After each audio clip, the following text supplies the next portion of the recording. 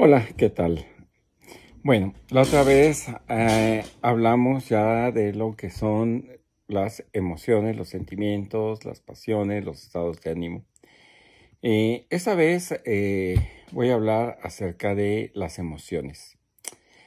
¿Por qué es importante hablar de ellas? Porque las podemos identificar más fácilmente, podemos saber qué es lo que nos pasa y entonces ahí sí podríamos empezar a actuar en nuestra, con nuestro comportamiento, ¿no? O sea, tomar algunas determinaciones, tomar unas acciones a esto. Pero bueno, ¿qué se entiende por emoción? Bueno, las emociones son un conjunto de reacciones orgánicas que se experimenta el individuo cuando responde a ciertos estímulos externos que le permiten adaptarse a una situación con respecto a una persona, objeto, lugar, entre otros. La palabra emoción deriva del latín emotio, que significa movimiento, impulso. La emoción se caracteriza por ser una alteración de ánimo de corta duración, ¿sí? O sea, las emociones son las causantes de diversas reacciones orgánicas que son de tipo fisiológico y psicológico. Dichas reacciones se encuentran controladas por el sistema límbico compuesto por varias estructuras cerebrales que controlan las respuestas fisiológicas. Ya les había dicho de que Charles Darwin presumió de que las expresiones faciales expresan diversas emociones que en general son muy similares en todos los seres humanos. Las emociones son capaces de generar sensaciones placenteras o desagradables. Pueden orillarnos a tomar decisiones de forma positiva o negativa, pero también presentan un signo indiscutible de que estamos vivos y en contacto con lo que nos rodea. En ocasiones, algunas personas que tienen experiencias desagradables en su vida llegan a sentir lo que se llama embotamiento afectivo, que se refiere a los momentos en los cuales pareciera que no hay una emoción.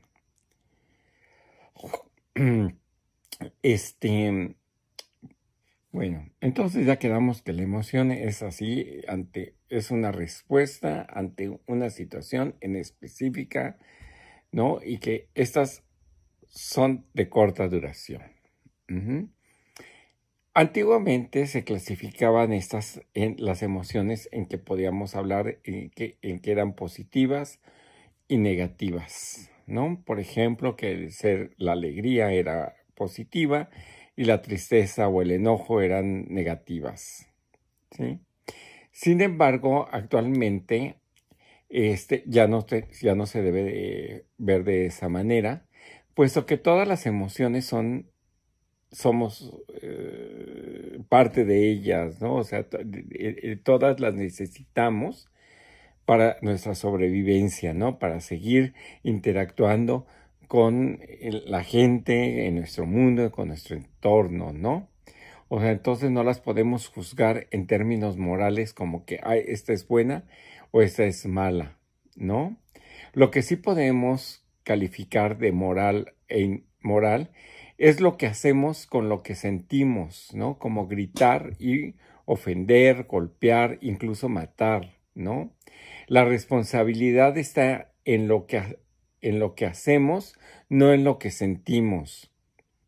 Ajá, o sea, nosotros podemos sentir odio, asco o por una persona, pero ya el reaccionar, por ejemplo, en quererla matar, en quererla golpear, en querer eso ya ese es otro punto, ¿no? O sea, entonces, bueno, o sea, las emociones es algo así como la sal de la vida, ¿no? Sin su coloración y condimento, eso nos resultaría así como plano, vacío, insulso, ¿no? O sea, entonces la razón y la emoción condicionan lo que hacemos y las ideas que sustentamos. Existen varias clasificaciones de emociones que dependen de varios enfoques psicológicos. En algunas colocan, por ejemplo, la felicidad, la confianza, la gratitud, entre otras. Sin embargo, para mi punto de ver, estas pueden ser consideradas como valores, ¿no? O sea, la felicidad es un valor, ¿no? No es no es una emoción, ¿no? O sea, el tener confianza es un valor universal, ¿no? Son valores así,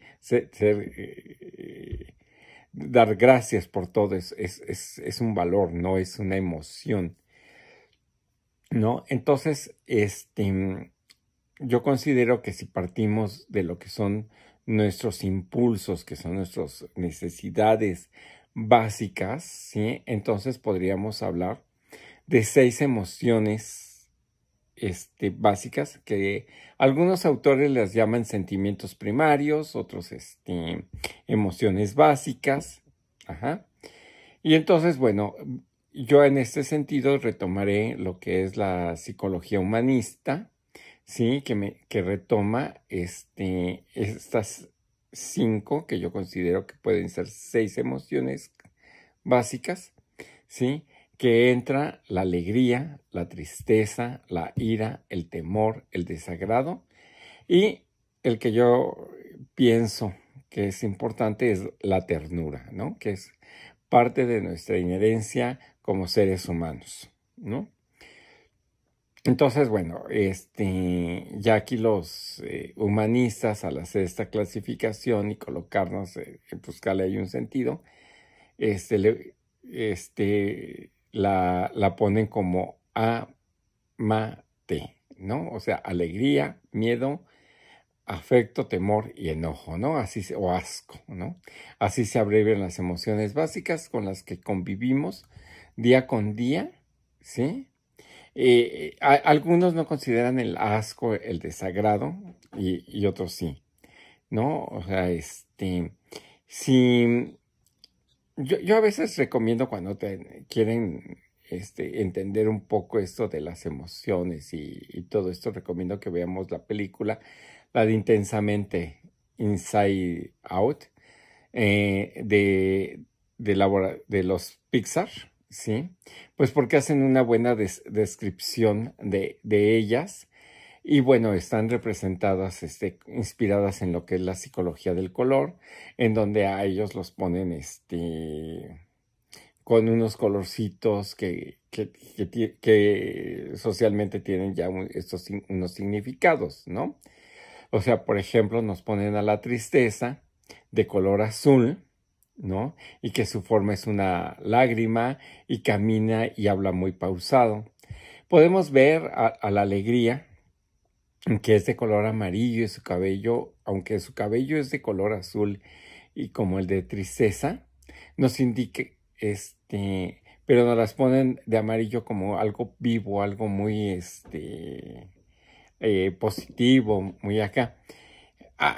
Aquí el ponerle a ella el cabello azul está significando de que la alegría y la tristeza no pueden ir separadas, ¿no? Tienen una conexión muy importante, que luego al rato se las iré explicando. Luego, por ejemplo, nos ponen a temor, que es de color morado, ¿sí? Largo y delgadito como si fuera un nervio, ¿sí? Y que ante un posible peligro tiembla y grita y a veces se paraliza, pero no sabe qué hacer o qué decir ante un problema cuando se presenta un problema, ¿no? Furia es de color rojo, ¿sí? Y su cuerpo parece un ladrillo, ¿no? Duro. Su mirada es directa y penetrante. Cuando se enoja, aprieta fuertemente los puños, ¿sí? Y saca lumbre por la cabeza. Es muy intenso. Poco después empieza a pasar a su estado de tranquilo, ¿sí? Pero tiene una particularidad, ¿no? Que se preocupa porque las cosas sean justas, ¿no? Y bueno, está desagrado, ¿no? Que es de color verde y casi siempre está mirando hacia arriba como en señal de desprecio, ¿no? Así de, ¿no? Y esta, bueno, nos empieza a platicar o a llevar hacia lo que es el sarcasmo o la molestia, ¿no? Ella lleva una mascada y zapatos morados, ¿sí? Para indicar que tiene algo que ver con temor, ¿no? En la película no hay un personaje que encarne a lo que es el afecto, ¿no? A la ternura. Sin embargo, bueno, toda la película está presente, la ternura, ¿no? Bueno, ahora vamos a pasar a describirlas un poco, ¿sí? Alegría, pues todo el mundo sabemos de que se encarga de mantener positivas a las personas, ¿no? De celebrar los éxitos, de que siempre esté optimista y de buen humor. Es la responsable de que ciertas conductas, ¿sí? Que para ti hayan sido buenas, ¿no? O sea, que repitas esas conductas, ¿no? Por ejemplo, cuando nos elogian por nuestra forma de ser o cuando nos sentimos queridos por alguien, que para nosotros es importante, el que hagamos una reunión y que todo el mundo esté satisfecho, pues nos llena de alegría, nos hace sentir bien, ¿sí? Y entonces, bueno, la risa atenúa de los beneficios que tiene, es de que atenúa el estrés y el dolor, ¿no? Aumenta las defensas del sistema inmunológico, oxigena mejor que todo el organismo, disminuye la producción de colesterol beneficiando al corazón, estimula la producción de endorfina, sustancia con propiedades analgésicas y de euforia, ¿no? Masajea todos los órganos internos. Siempre que reímos, con todo el cuerpo hacemos un trote interno, ¿no? La carcajada franca y de buen humor, así de, ¿sí? Ayudan a las personas de liberarse de actitudes mentales negativas y a desdramatizar los problemas, ¿no? Reírse desinhibe y ayuda a superar la timidez y mejora las relaciones. Con la risa, el organismo libera adrenalina, ¿no? Dopamina, serotonina, entre otras hormonas y neurotransmisores, ¿no? O sea, nos genera para potenciar la creatividad y la imaginación, ¿no? La risa seguida de relajación combate el insomnio y paulatinamente normaliza el sueño, ¿no? Hace pasar fácilmente de una emoción negativa, ¿sí? A otra saludable, ¿no? O sea, la alegría, y aquí es lo que les digo, ¿no? O sea, la alegría y la tristeza son emociones que llevan una relación inseparable, ¿no? La tristeza, ¿no? En la película, pues ya les dije cómo nos las representan a esta emoción, ¿sí? Pero también nos las representan como un ser marginado, ¿no? Esto es una cuestión que nos han hecho socialmente, ¿no? Hacer pensar de que la tristeza no es útil, ¿no? Y que lo que hace es estorbar como en la película, ¿no? O sea, hemos tenido la idea de que la tristeza es mala, que es negativa y que debemos de huir de ella, ¿no? Entonces, esto es lo que nos plantean así en la película, ¿no?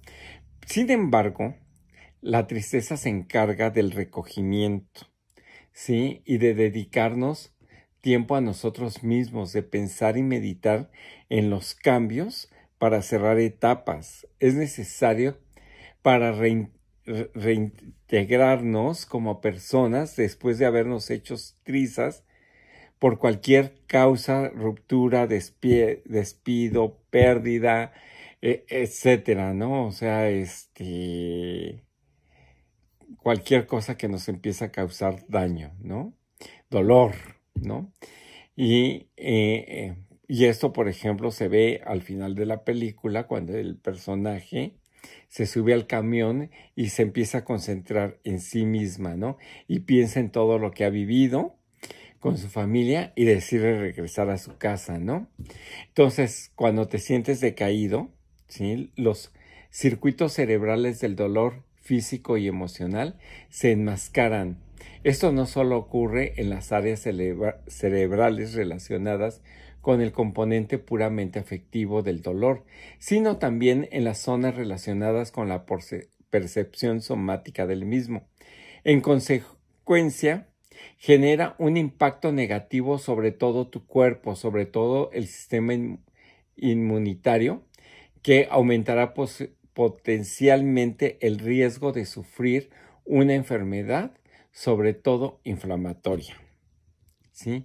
Se ha comprobado que aumenta la sensibilidad al frío, afecta el apetito, aumentando el riesgo de que subas de peso y puedas sentir que la comida no tenga sabor, o sea, también, en dar hambre o en quitarnos el hambre, ¿no? El apetito, ¿no?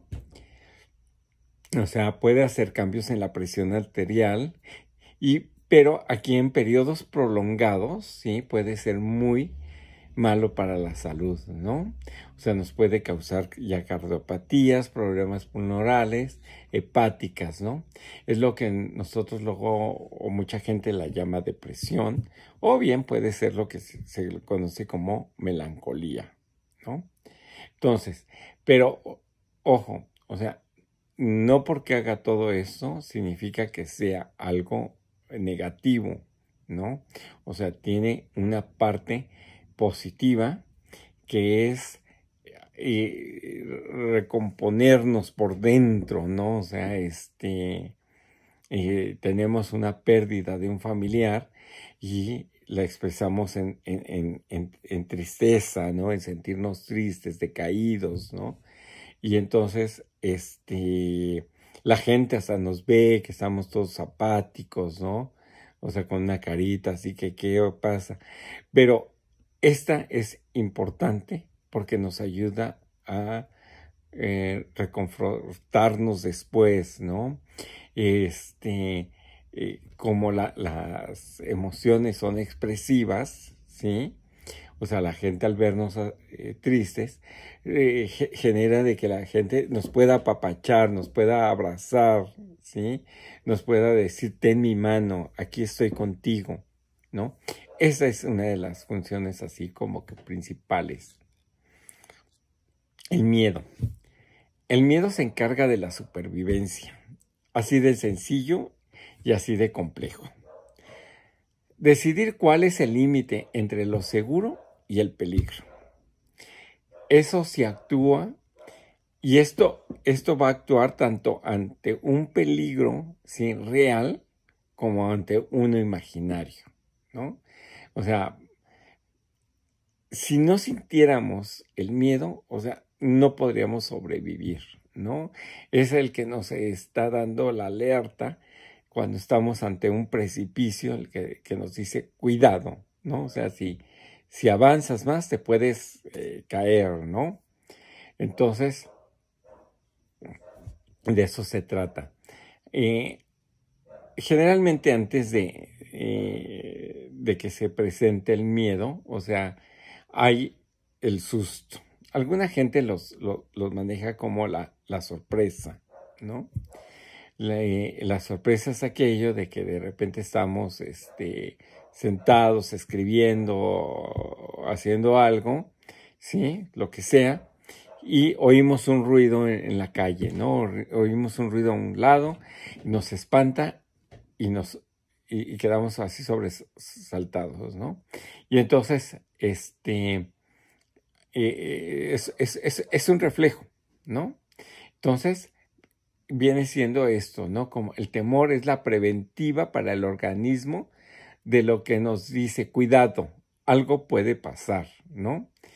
Cuando la mente empieza a pensar sobre todo lo que pasó o todo lo que pudo pasar o todo lo que podría haber pasado, ¿no? O sea, ¿sí? Entonces, empezamos a asociarlo con algún acontecimiento del pasado, ¿sí? Y es en el momento que empieza a entrar el miedo, ¿no? Produciendo una sucesión encadenada de pensamientos negativos que pueden ser altamente dañinos, ¿no? Los efectos del miedo en nuestro cuerpo, pues son varios, ¿no? porque aunque a pesar de que es una reacción adaptativa que nos prepara para actuar ante un posible peligro, ¿sí? Nuestro cuerpo reacciona produciendo una secuencia de efectos tanto físicos como psicológicos, ¿sí? Algunos estudios afirman que el miedo es la emoción que tiene más consecuencias, ¿sí? De daños que produce en nuestro interior de nuestro organismo, ¿sí? O sea, el miedo puede tener varias respuestas, ¿no? O sea, algunas personas pueden quedar paralizadas y bloqueadas ante el miedo, ¿no? O sea, empiezan a sentir sudoración, taquicardia, ¿no? Pero eso es lo que aquí viene esta parte de que no podemos considerarla como negativa, ¿no? En esos sentidos estrictos, ¿no? Porque, o sea, el miedo genera que tengamos nosotros como una mejor percepción del mundo, ¿no? O sea, vemos las cosas de un modo distinto y experimentamos las sensaciones con mayor intensidad, ¿no? O sea, nuestro cuerpo se pone en estado de alerta y se encarga de activar al sistema nervioso simpático, ¿no? Esta parte del cerebro se encarga de activar las respuestas físicas, o sea, hasta de huida, ¿no? O sea, puede dar estas dos respuestas. Una es de paralizante, de quedarnos estáticos y decir, ¿qué hago? O sea, me paraliza. O la otra que es huir, correr, ¿no? O sea, salir, esquivar la situación, ¿no? Nuestro corazón bombea más sangre, ¿sí? Los músculos se tensan, los pulmones se encargan de dar más oxigenación al cuerpo y el estómago se cierra, ¿no? Es cuando decimos, hoy sentí así como que algo en el estómago, ¿no? El sistema nervioso simpático prepara nuestro cuerpo para la huida o para un enfrentamiento físico, ¿no? Por eso hay personas que actúan de manera más heroica, ¿sí? Porque hay el aumento de adrenalina en la sangre, ¿no? Por ejemplo, o sea, les decía, hay gente que, por ejemplo, el miedo las paraliza y puede hacer de que suena como chiste, ¿no? Cuando estamos en los temblores que dicen, pues ya me zurré, ¿no? Pero estamos bien. Y efectivamente, ¿no? O sea, puede hacer de que perdamos el control de nuestros esfínteres, ¿no? Hay gente que se hace de la pipí, ¿no? Entonces, porque la sangre empieza a tener una ubicación totalmente diferente, ¿no? Entonces, esto puede generar el miedo, ¿no? Para tratar correctamente esta emoción es importante prestar atención a nuestro cuerpo y manejar nuestros pensamientos. De este modo podemos evitar que estos nos desborden y terminen por aparecer efectos físicos o psicológicos del miedo que después no podemos controlar. Una vez que cesa el estímulo que nos provoca el miedo, nuestro cuerpo se encarga de activar al sistema nervioso parasimpático. Este se encarga de volver a la normalidad todo lo que había activado el sistema simpático anteriormente. ¿Sí? Relaja nuestros músculos, baja las pulsiones y hace que el estómago vuelva a funcionar con normalidad y calma la respiración, ¿no? Entonces, aquí uno de los problemas es de que si se cierra el estómago, entonces empieza a causar ciertos problemitas, ¿no? Que bueno. Por otro lado, a nivel psicológico, el miedo también produce una serie de consecuencias. El proceso mental se inicia sintiendo agobio y malestar. Eso nos indica que algo no va bien. Posteriormente, como nuestro cuerpo se ha activado partes del cerebro implicadas en este proceso, nos ponemos en un estado de alerta y en algunos casos actuamos rápido, ¿sí? Con una respuesta como de valientes, ¿no? Ya lo habíamos mencionado, de que puede ser como causas heroicas, ¿no? O sea, vemos un incendio, a veces el miedo se apodera de nosotros y nos lanza a actuar, ¿no? O sea, rápido, echar agua, rápido, hay alguien ahí, no lo pienso y me lanzo a salvarlo, ¿no? O sea, es una reacción así del organismo, ¿no? Que a veces decimos, es que si lo hubieras pensado, no, si lo hubiera pensado no lo hubiera hecho, ¿no? Entonces, es una reacción similares al estrés, ¿no? Ya que enfoca toda nuestra atención a unos pocos estímulos y pone en funcionamiento al máximo nuestra mente, ¿no? Ese estado de alerta es el causante de muchos trastornos del sueño, como el insomnio. En las personas puede generar ya fobias o una ansiedad generalizada, ¿no? O sea, de esas del miedo, cuando llega a ser más frecuente, más nos va a ir causando estos problemas como fobias, como trastornos ya en el sueño, nos genera ansiedad, ¿sí? Y todo esto, ¿no?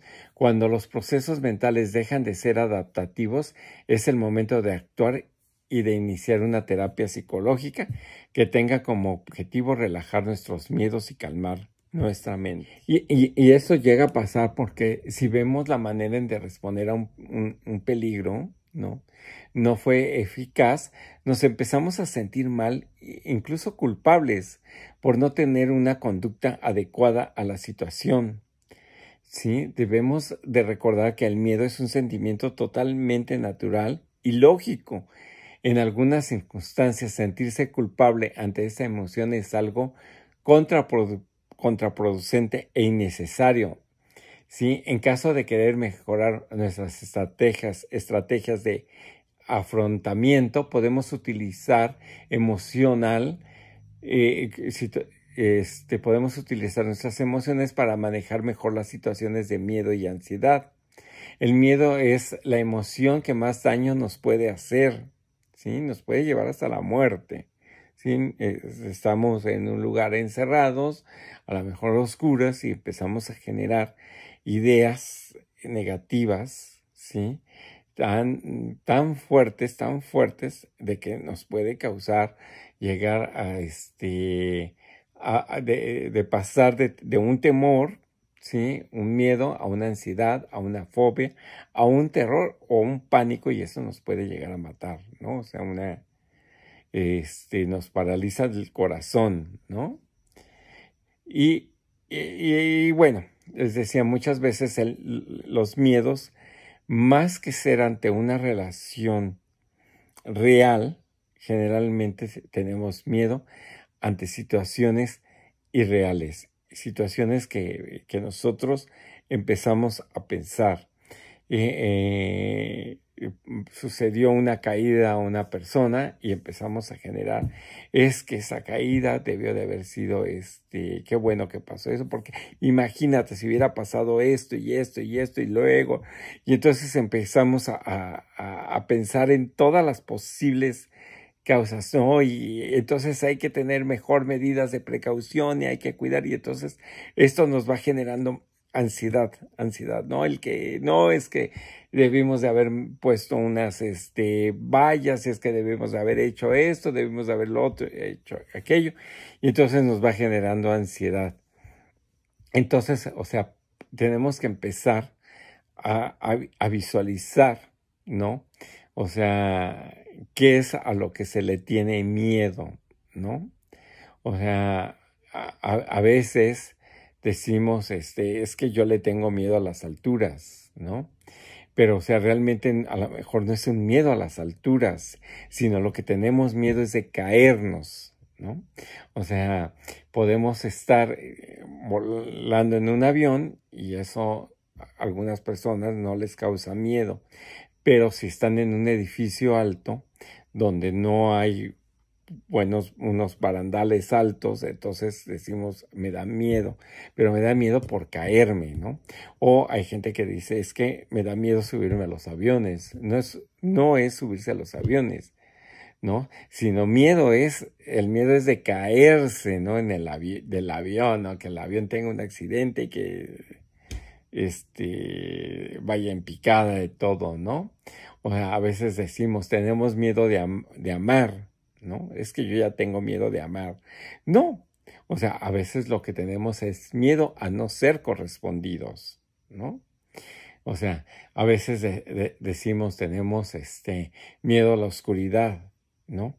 O sea, y no es que sea un miedo a la oscuridad, sino tenemos un miedo de que no podemos ver, no podemos saber qué es lo que hay adentro, ¿no? Lo que, si nos vamos a encontrar con algún animal o si nos vamos a tropezar o qué sé yo, ¿no? O sea, hay que saber especificar esto, ¿no?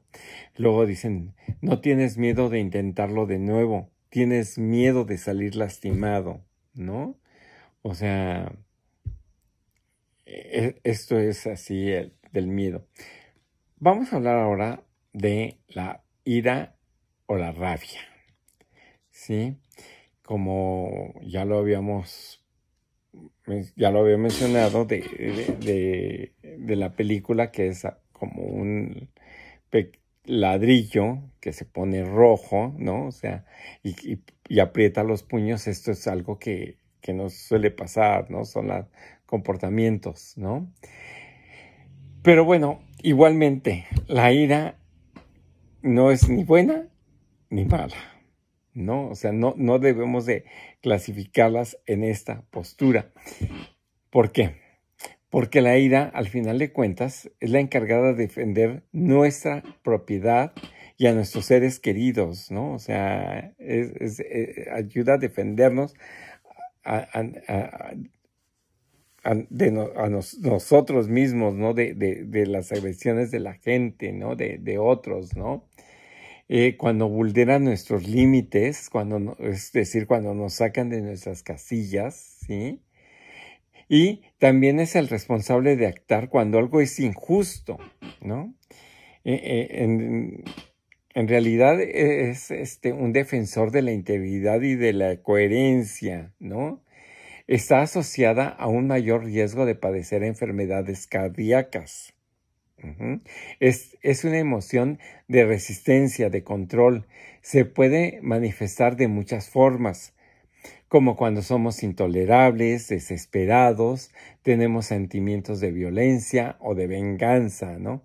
Biológicamente podemos sentir los efectos evidentes de la emoción en nuestro cuerpo si nos observamos cuidadosamente, ¿no? Los efectos de la rabia es porque todo el cuerpo se tensa y la sangre circula más lento. Los músculos y las articulaciones se contraen, se alerta y se rompe el equilibrio, el sistema cardiovascular, hormonal y nervioso, ¿no? La presión arterial, ¿sí? Se desequilibra y hay un aumento descontrolado de la frecuencia cardíaca y en la testosterona. Se altera la actividad cerebral, especialmente en los lóbulos frontal y que esta parte es la que es la falta de control de impulsos, ¿no? O sea, y también afecta a los lóbulos del área temporal, del sistema límbico, de una forma negativa. La bilis se derrama dentro del cuerpo. La sangre se envía a la periferia, dejando sin sangre a órganos importantes. Ajá, o sea, aquí estamos viendo de que cuando nos enojamos, la sangre se empieza a elevar, o sea, por eso en el muñequito sale así como que explota, ¿sí? Pero nos bloquea una parte del pensamiento, de la razón, ¿no? O sea, nos la bloquea y entonces no somos capaces ahí de pensar, ¿no? Esto es importante, ¿no? Pero también es importante que veamos de que, bueno, si siempre estamos mal encarados, enojados y todo nos molesta y a cada ratito, o sea, por muy poco que sea, ¡prum! O sea, la sangre empieza a circular para otro lado y deja sin una buena cantidad de sangre a ciertos órganos importantes, ¿no? Entonces empieza a dañar ahí a nuestro organismo, ¿sí? O sea, por eso es que no es bueno, o sea, digamos, en esos sentidos, de estar siempre enojado, de que todo me molesta, todo me disgusta, no estoy a gusto con las cosas, ¿no? Entonces, bueno. Entonces, los disparadores de la rabia, ¿sí? Es cuando nos sentimos atacados o lastimados, ya sea física o emocionalmente. Cuando nos sentimos ignorados, rechazados o excluidos. Engañados, acusados injustamente o avergonzados. ¿Sí? Aquí a veces cuando nos culpan de algo que nosotros no hicimos, pues nos dispara el coraje, la ira, ¿no? Cuando estamos frustrados ante una pérdida o ante la imposibilidad de lograr lo que deseamos, ¿no? Muchas veces cuando se nos muere algún ser querido, empezamos a sacar mucha rabia, ¿eh? Estamos muy enojados, ¿no? La gente, por ejemplo, se enoja con Dios y le grita y le dice y todo esto, ¿no? Porque es parte de nuestro sistema, ¿no? O sea, eso nos genera, ¿no? La ira, ¿no? O sea, ¿sí? Cuando nos hacen sentir, o sea, inferiores o devaluados, pero la rabia aumenta o se prolonga cuando pensamos que algo es injusto, ¿no? Que las cosas y las personas deberían de ser diferentes, ¿no? O sea, muchas veces estamos, que la gente debería de hacer también, de que deberían de actuar como nosotros queremos o pensamos que es lo correcto, ¿no? O sea, si alguien está haciendo algo que yo pienso que no es correcto, nos enoja, aunque para la otra persona sea correcto, ¿sí? También, o sea, se nos dispara cuando estamos ante una persona que se siente superior a nosotros, ¿no? Cuando alguien quiere aprovecharse de nosotros, ¿sí? Y a veces tenemos que ver que el coraje, o sea, nos enojamos para conseguir lo que queremos, ¿no? Bueno, otro es el asco o el desagrado, ¿no? Esa se encarga, ¿sí? De que no, pues, nuestros sudores, nuestros olores no sean malos, ¿no? De que nos podamos decir, ay, algo huele mal, ¿no? Y entonces también, pero entonces de ir bien vestidos, ¿no? Pero también, o sea, algo que nos ayuda, que nos beneficia, es de no comer o beber algo en mal estado, ¿no? Lo leemos, esto huele feo, nos causa repulsión, un huevo podrido, ¿no? O sea, o ciertas cosas, y decimos, no, esto no me lo como, ¿no? Entonces, o sea, pero, ¿se acuerdan que les decía que la película tenía ahí como algo de miedo? Pues es eso, ¿no? O sea, el asco nos está dando ahí una señal de alarma, ¿no? O sea, como que diciendo, ten cuidado, hay que hacer ¿no? Entonces, en ese sentido, el asco y el miedo son emociones muy relacionadas, ¿no? Puedes sentir asco hacia una descomposición de un alimento, puedes sentir miedo si llegaras a ingerirlo, pues corres el peligro de enfermar. Al nivel cognitivo se produce siempre una evaluación del estímulo como amenazante, contaminante o con la capacidad de producirnos una enfermedad. A nivel fisiológico podemos sentir náuseas, activación del sistema nervioso parasimpático, mareos, como una reacción natural del cuerpo para que te alejes de ello. A nivel conductual llevamos a cabo conductas de repulsión, escape, expresiones faciales típicas y universales que nos sirven para comunicar a nuestro desagrado. En los humanos tiene la particularidad de que es una emoción ampliada por las influencias sociales y culturales. ¿Sí? Esta situación de asco generalmente se va a ir juntando o se va a ir generando, por ejemplo, cuando en la empatía y la empatía y antipatía con las personas, ¿no? O sea, cuando vemos a alguien y empezamos, o sea, a decir, esta persona como que no me va a caer, ¿no?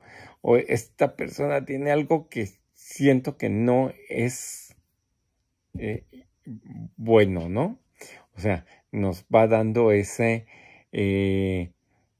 situación. Pero también, a la larga, esa se puede generar en fobias, ¿sí? Específicas, ¿sí? Sobre todo con ciertos animales considerados socialmente como repugnantes, ¿no? O sea, por ejemplo, las cucarachas, las ratas, las moscas, o sea, se empieza a generar hasta una repulsión, ¿no? Y la gente dice, ay, me dan ganas hasta de vomitar cuando veo una rata, ¿no? O sea, ¿sí? Entonces, se menciona de que posiblemente muchos trastornos de ansiedad están relacionados con la emoción del asco. Las vivencias de odio posiblemente se apoyan en toda esta situación biológica de la repugnancia. O sea, ¿por qué? Porque cuando el miedo ya se vuelve una situación que no podemos controlar, ¿sí? Podemos empezar a sufrir una pérdida de autoestima, ¿sí? Porque ya nos sentimos incapaces de controlar la situación y por consiguiente nos sentimos vulnerables. Las bases de la autoestima están muy relacionadas con la seguridad que tenemos sobre nuestras acciones, pero como nos empezamos a sentir de que todo nos está dando miedo, esta ansiedad que es un miedo irracional, bueno, se dice irracional porque la gente que la estudia pues piensa que son irracionales, pero para la persona que las vive es algo muy racional, ¿no? Entonces, bueno, vamos con una de las más complicadas. Esta que es el amor, que puede ser considerada como lo que es el afecto, la amistad, la sensualidad, la sexualidad o la ternura, ¿no? Esta generalmente se nos empieza a desarrollar desde bebés, ¿no? O sea, y que tiene que ver con satisfacer las necesidades básicas de alimentación y la protección de un nuevo ser, ¿no? En el niño, el contacto con con el bebé, de apapacharlo, de protegerlo, de brindarle calor, ¿sí? Y entonces, bueno, los efectos del amor en el cuerpo son de que la oxitocina ayuda a fortalecer los sentimientos de intimidad y de cariño, mejora la memoria, aumenta la libido, la liberación de dopamina, que es la responsable de la sensación de felicidad.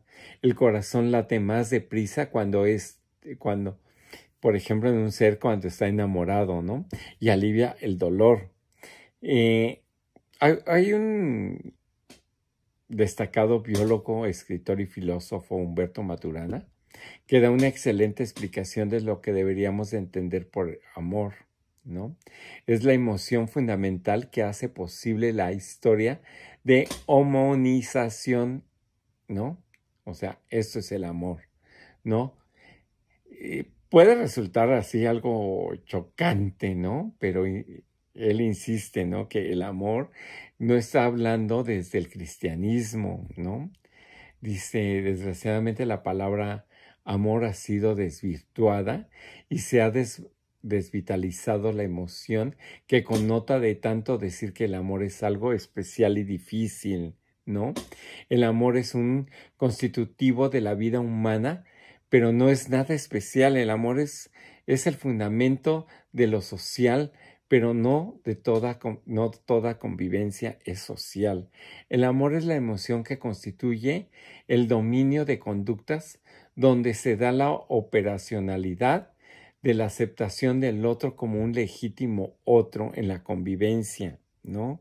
Es ese modo de convivencia que connotamos cuando hablamos de lo social, ¿no? O sea, dice que el amor es la emoción que se fundamenta lo social, ¿no?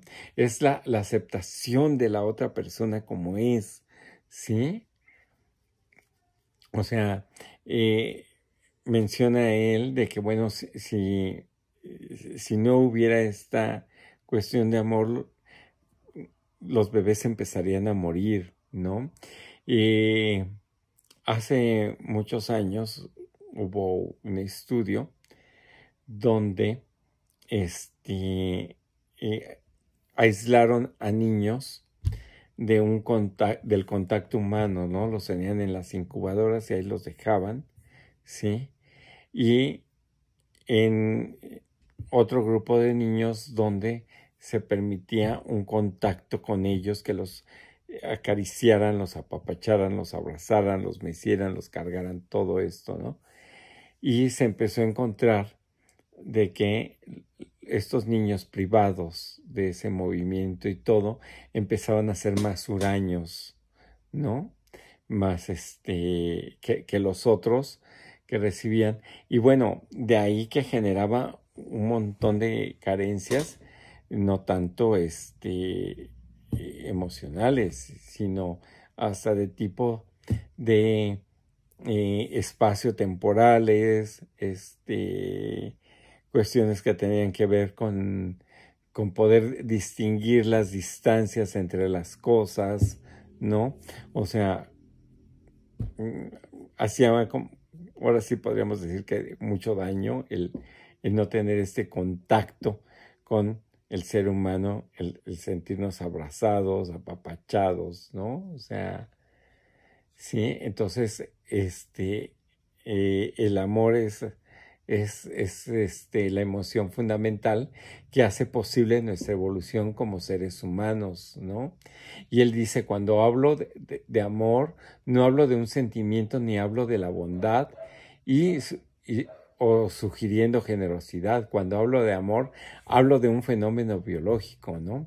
Hablo de la emoción que especifica el dominio de acciones en las cuales los sistemas vivientes coordinan sus acciones de un modo que trae como consecuencia la aceptación mutua y él dice, yo sostengo que tal operación constituye los fenómenos sociales, ¿no? Entonces, en este sentido, los seres humanos somos intrínsecamente amorosos, ¿sí? Y bueno, como les vuelvo a decir, ¿no? Cuando se le priva del amor, ¿sí?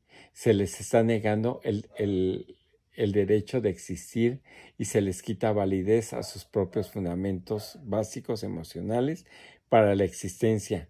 Esta carencia afectiva produce trastornos como la ansiedad, la agresividad, la desmotivación, inseguridad, tristeza y estrés crónico, etcétera, ¿sí? O sea, entonces es importante de que la ternura, ¿no? Es parte de la que tenemos que tener en nuestra sociedad, ¿no? Interactuar con otras personas, no importa quiénes sean, o su lugar en la comunidad, las consideramos como un legítimo otro, ¿sí? Que puede coexistir con nosotros, ¿no? Es esa emoción, ¿sí? Que le da existencia a los demás sin quererlos anular o negar su propia visión del mundo, ¿no? Sí, la ternura es una emoción opuesta a la ira, al desprecio, sí, y a veces esta es el resultado de la transformación de un afecto opuesto, ¿sí? Para no sentir ira hacia mis objetos, los convierto en ternura. Aquí, les digo, dentro de esta confusión, ¿no? Es que en nuestro español, o sea, tenemos muy pocas palabras para designar, ¿sí? Diferencias en nuestra manera de sentir esta ternura, este afecto, sentimientos le llamamos, o sea, tenemos así como muchas palabras para designarlas, pero muy amplias, quedan, ¿no? O sea, a veces decimos es que te quiero o te amo, o sea, como tomando semejanzas, ¿no? Cuestiones así, ¿no? Por ejemplo, los griegos tenían 4 tipos comunes de amor, ¿no? El eros, la filia, el estorge, no sé bien la pronunciación, y el agape, ¿no? O sea, el eros era como el amor sexual o romántico, ¿no? La palabra griego erota significa amor íntimo, ¿sí? Que puede ser donde proviene el término moderno ahora de erótico, ¿no? O sea, esta era la atracción o la pasión sexual que sientes por un amante, ¿no? Por el atractivo de una mujer, sí, cuando te atrae un hombre, ¿no? Esto es la atracción por la belleza del individuo, ¿no? Entonces, esta era la parte que tiene que ver con el deseo sexual por alguien. La filia, a ellos le llaman un amor como amistoso o fraternal, ¿no? Es el amor que se siente entre amigos cercanos, mentores, equipos, comunidades, ¿no? En la familia, ¿no? O sea, hay un amor virtuoso y desapasionado, ¿no? En lo que no hay un lado romántico, no hay una parte erótica en la relación, ¿sí? Es un amor que está construido sobre el respeto, la igualdad, ¿sí? La familiaridad y la comprensión, ¿no? Es la necesidad más profunda del hombre, entonces, es superar su separación y dejar la prisión de su soledad, ¿no? El storge, ¿sí? Es el amor familiar, el afecto que se siente por la familia, ya sea por tu hijo, tu hija, tu padre, tu madre, tu familia inmediata o extendida, ¿no? Es considerada como una manifestación del amor más natural y común que conocemos, ¿no?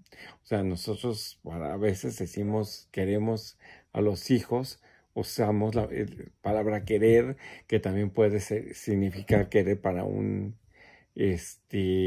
amigo o para querer un amante, ¿no? O sea, ¿sí? Entonces, bueno, entonces ellos decían, bueno, es que hay el amor que es hacia las amistades, ¿sí? Hacia el amor hacia mi familia, ¿sí? Hacia mi hermano, ¿sí? O sea, esa es una parte natural, ¿sí? Que tiene que ver con mis seres queridos, ¿no? Todo esto, ¿sí? Y el agape, ¿no? El agape ellos la tenían considerada como una parte más elevada del amor porque es un amor incondicional, ¿sí? Y generalmente, bueno, esto se manejaba así como un amor de Dios, ¿no? Como el amor de Dios por el hombre y viceversa, ¿no? Es como un amor que todo lo consume, es el amor incondicional para uno mismo o para los demás, es como el amor que incondicional que podríamos decir, ¿no? Que siente una madre por su hijo, ¿no? Que te hace sufrir por tus seres queridos. Es un amor tan puro y poderoso, tan intenso, que solo unos pocos lo entienden, ¿no? Entonces, eh, eh, podemos entender que había esas diferencias, cosa que aquí en nuestro lenguaje en español, pues no están muy delimitadas, ¿no? Quiero recalcar por la importancia de la tristeza, ¿no? O sea,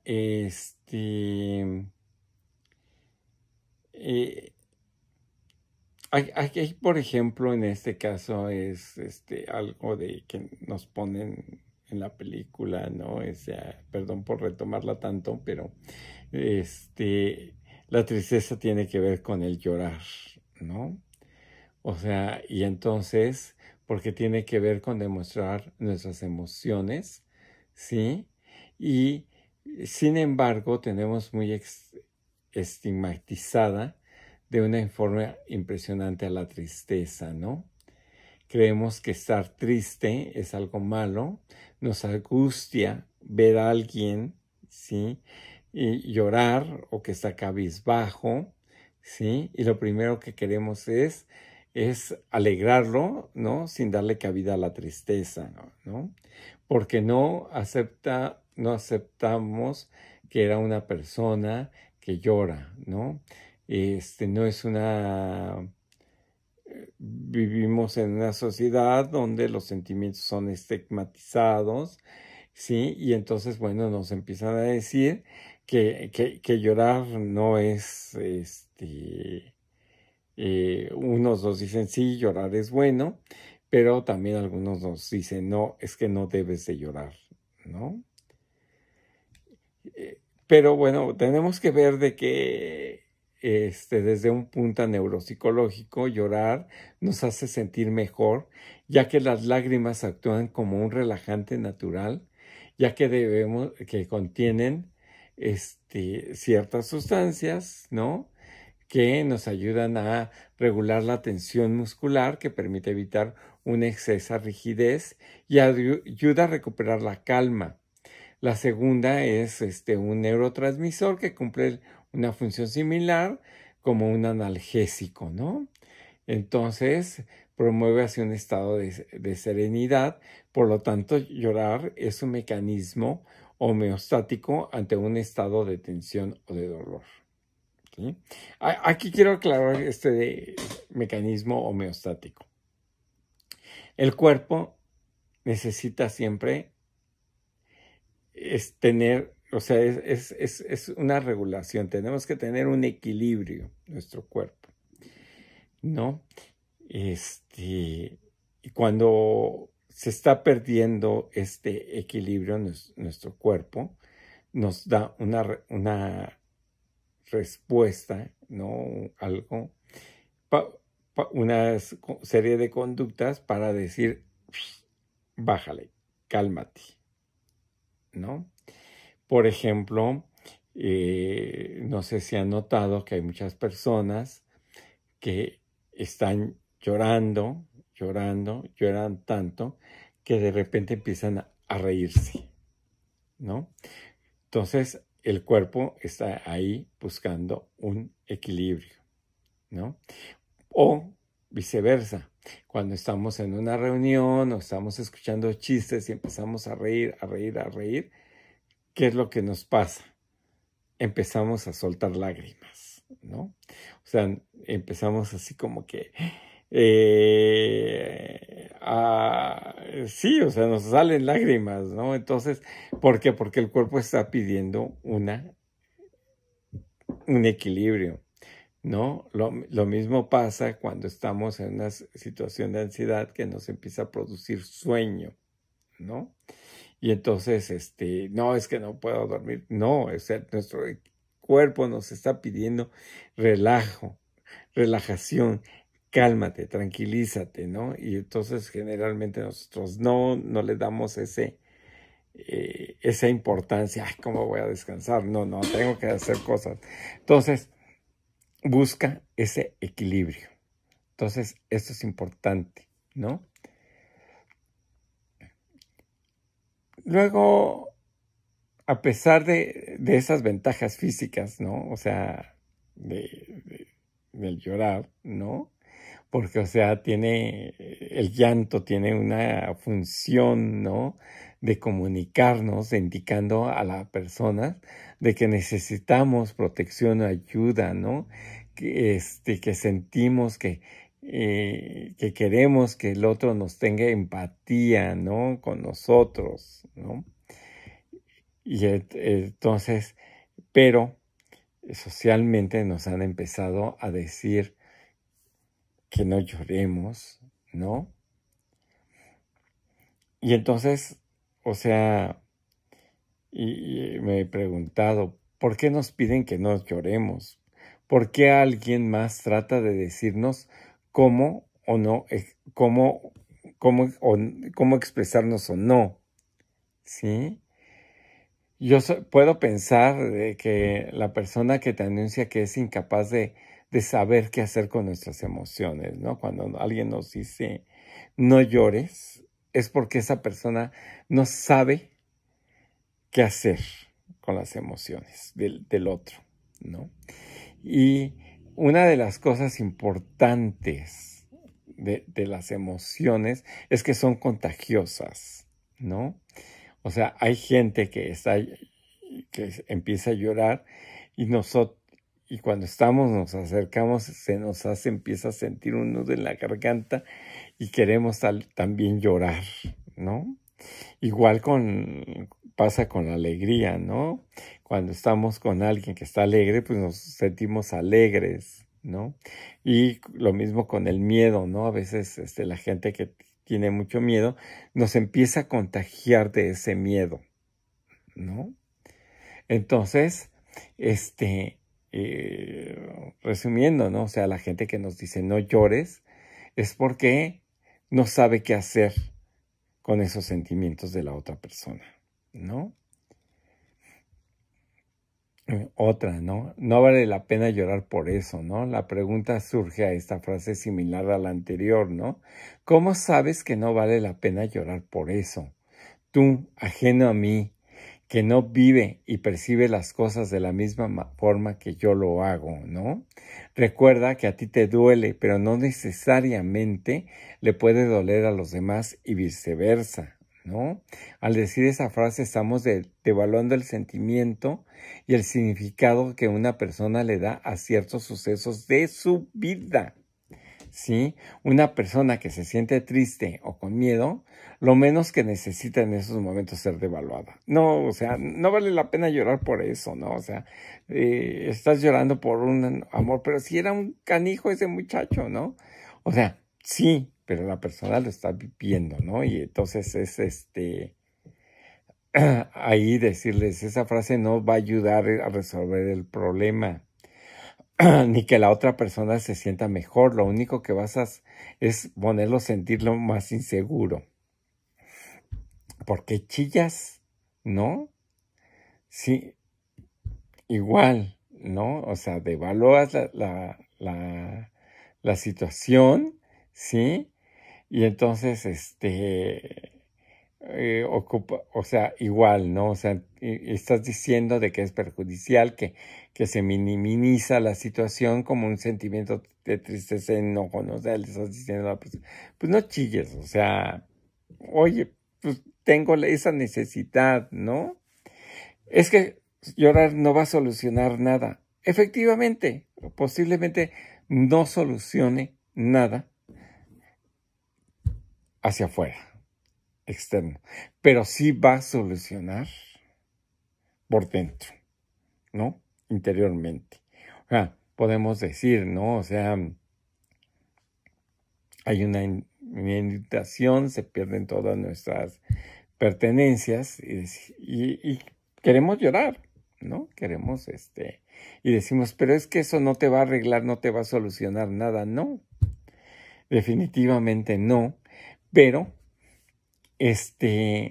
nos hace sentir más humanos, nos hace sentir de que podemos derramar nuestras lágrimas y descargar esa tensión emocional, ¿no? Que les habíamos dicho, ¿no? somos como una olla express, ¿no? Que si mantenemos mucho esa carga emocional, habrá un momento que explotemos, ¿no? Nuestro cuerpo, nuestras relaciones. O sea, vamos a tener que hacer algo, ¿no? Como les decía, ¿no? La gente que está llorando mucho a veces tiene la necesidad de reír, ¿no? O sea, y decimos, ¿y ahora por qué ríe? Porque es el organismo que lo está exigiendo, ¿no? Y otra de las frases así que nos afectan mucho son los hombres no lloran, ¿no? Creo que podría ser una de las peores frases, ¿no? Mencionadas, ¿no? Porque entonces empieza a promover esto una desigualdad de géneros, ¿no? O sea, dice, no, las mujeres sí pueden llorar, pero los hombres no. ¿Sí? Y entonces, bueno, o sea, eso nos quiere decir, los hombres no lloran, tratan de decir que las más inferiores son las mujeres y esas sí tienen derecho a llorar, ¿no? Entonces, ya tenemos aquí unos puntos importantes, ¿no? Para entender un poco es la tristeza y cuando alguien esté triste, ¿no? O sea, debemos de entender de que la tristeza nos ayuda a componernos a nosotros por dentro. ¿Sí? Ya para ir terminando, hablaremos de las técnicas, digamos, para superar el miedo, ¿no? O sea, una de las cosas es la toma de conciencia. El miedo está ligado con la duda, la incertidumbre y el sufrimiento. Conocer cuáles son nuestros temores nos va a ayudar a observarlos desde un ángulo diferente al que podemos arrebatarle el control. Una manera de saber a qué le tenemos miedo es escribir en una hoja en blanco todo lo que pase por nuestra cabeza y que comience con la frase no quisiera, para así después aceptarlo y sentir que tenemos derecho a sentirlo, ¿no? O sea, la aceptación, ¿sí? Nos permite comprender la razón de nuestra actitud y estar en una condición de superarlo, ¿no? El simplemente hecho de hablar ante un grupo de personas, ¿no? O sea, nos ayuda, ¿no? Con ¿no?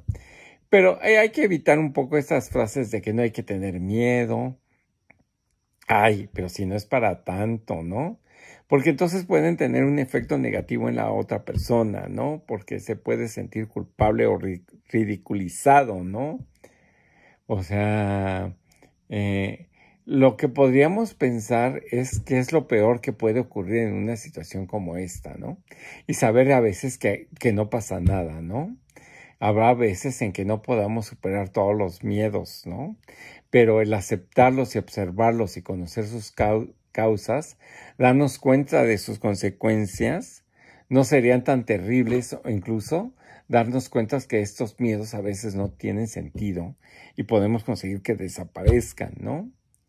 Entonces, a veces también del mejor antídoto contra el miedo es la acción, ¿no? O sea, aproximarse al objeto causante del miedo poco a poco hasta tener la confianza y ver de que no va a pasar nada, ¿no?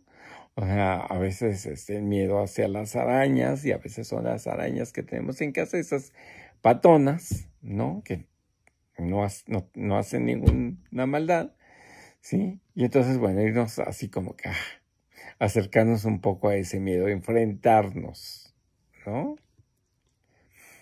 Entonces, digamos, ¿no? O sea, empezar por ejemplo, también otra cosa del miedo, ya habíamos dicho, tenemos miedo de que me voy a subir a un avión, entonces empezar cosas placenteras, cosas que nos hagan sentir bien, que nos hagan sentir felices, ¿no? O sea, y a veces la relajación nos ayuda, ¿no? Luego, para la rabia, ¿no? Ya habíamos comentado que cuando estamos enojados, se sube nuestra sangre, nos obstaculiza el cerebro y entonces es cuando empezamos a hablar y a decir de cosas a la gente, ¿no? O sea, como dicen, ahora sí que sin pensarlas, ¿no? y empezamos a agredir y empezamos a herir a la otra persona porque estamos enojados, ¿no? O sea, el enojo va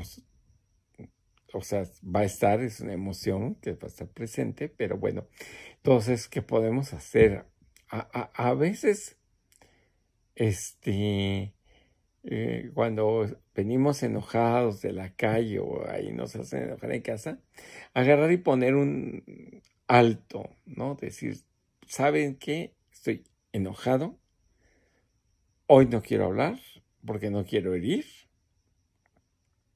o no quiero decir tonterías, mañana lo hablamos o ya que se calme, ¿no? O sea, es por esto que les decía que las emociones son de corta duración, ¿no? Cuando alguien se enoja, ¿sí? Hay que dejarlo estar en paz, ¿no? Para que su organismo empiece a buscar su equilibrio y regrese a un estado de tranquilidad. Pero ¿qué es lo que pasa a veces? ¿Qué tienes? ¿Estás enojado? No, ya déjame. No, pero es que a ver, vamos a hablarlo y que quién sabe qué, ¿por qué estás enojado? Y empezamos a insistir, y en lugar de ayudarlo estamos haciendo de que se enoje más, ¿no? O sea, entonces en cierto momento, bueno, te dejo, ¿no? Estamos en una excursión, te enojaste, ahí camina tú por tu lado, yo por mi lado, y ya cuando se te haya pasado, te hayas bajado, te hayas llegado a un estado más de normalidad, ya lo podemos hablar, ¿no? Entonces, también, ¿no? Eso tiene que ver, el enojo a veces tiene que ver como que las cosas no salieron como uno quería, ¿no? Y entonces, eso me hizo enojar, ¿no? Entonces, tenemos que a veces especificar, ¿sí? En por qué me enojo, por qué está pasando esto, ¿no? O sea, a veces tomamos la idea, tú nunca me haces caso, siempre debo de gritarte para que recojas tus juguetes o lave los trastes o todo eso, ¿no? Y el mensaje que podríamos, ¿no? Cambiarle, ¿sí? Dar un mensaje más claro, es decir, ¿no?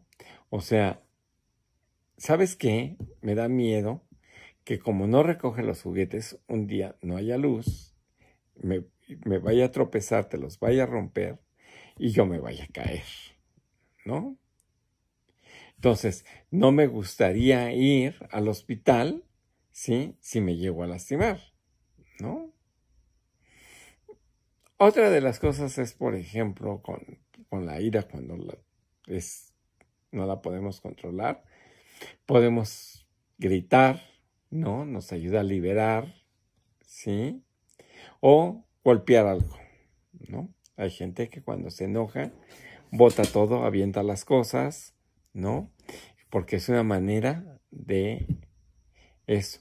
Pero ojo, ¿no? Aquí podemos razonar esa parte y decir, es que si aviento las cosas, voy a romper, se van a caer, van a romper, voy a tener que limpiar y voy a tener que recuperar después lo que rompí y todo esto, ¿no? Entonces, podemos ahí tener ya un poco de analizar y entonces.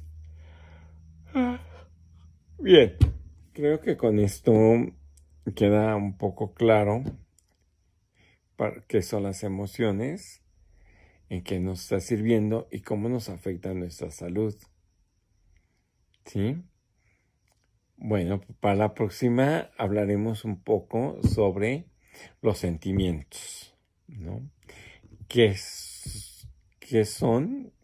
¿Cuál es la diferencia entre la emoción y un sentimiento? O que se pueden llamar sentimientos secundarios, ¿no? Y bueno, sería por pronto todo. Nos vemos en la próxima.